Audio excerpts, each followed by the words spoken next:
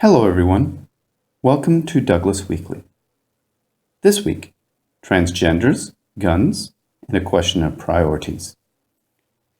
There are two things that irritate me in the US right now, but when put together, they especially irritate me. That would be North Carolina's recent bill, House Bill 2, aka HB2 anti-gay law, and the rash of toddlers killing themselves with guns. And when I compare them to each other, it really makes me question some politicians and their priorities. So first, a bit of background on the HB2 law for North Carolina. It's quite a horrible bill, attempting to marginalize minorities and the poor, arguing it's protecting people's freedom of religion to publicly discriminate through various means such as stripping people of the right to sue using anti-discrimination laws and banning local ordinances from minimum wage raises. But what gets me, and many others, is a really asinine part of this law that is demanding that people use public restrooms according to their biological sex.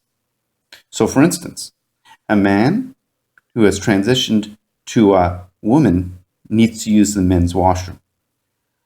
I can't begin to explain how unenforceable, intrusive, unconstructive, and unnecessary this is.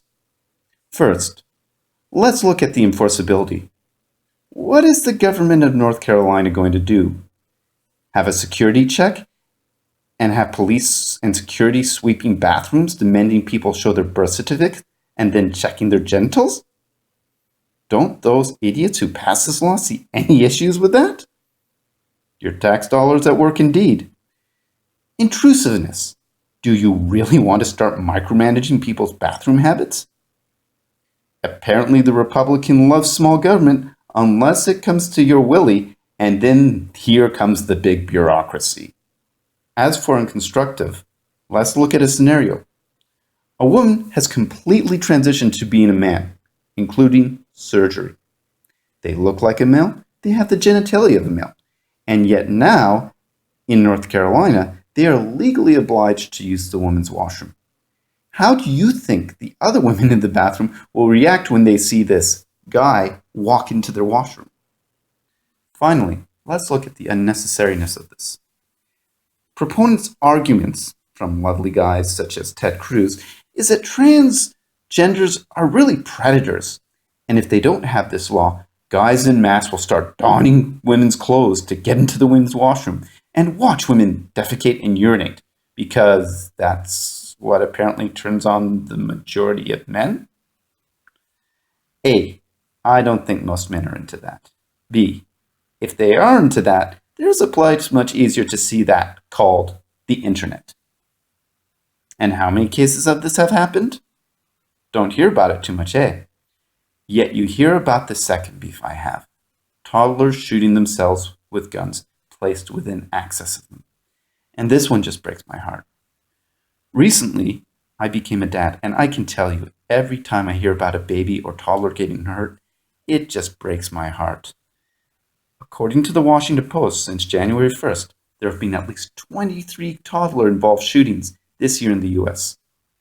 That is only children under 3, and it does not include kids over 3 or adults shooting toddlers. In a single week in April, 4 toddlers shot themselves. Often the adults left the weapons in places that were easy to access for the kids, such as under a pillow or in the car alone with them. Now, the irresponsibility with which these weapons are handled drive me crazy. But we all do stupid things. Sometimes people even forget babies in hot cars.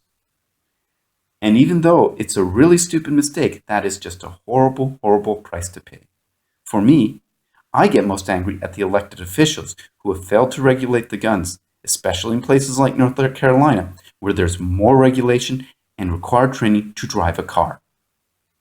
You have to get a license and register your car in North Carolina, but not your gun. Does that make any sense? So here is why together these things absolutely irritate me.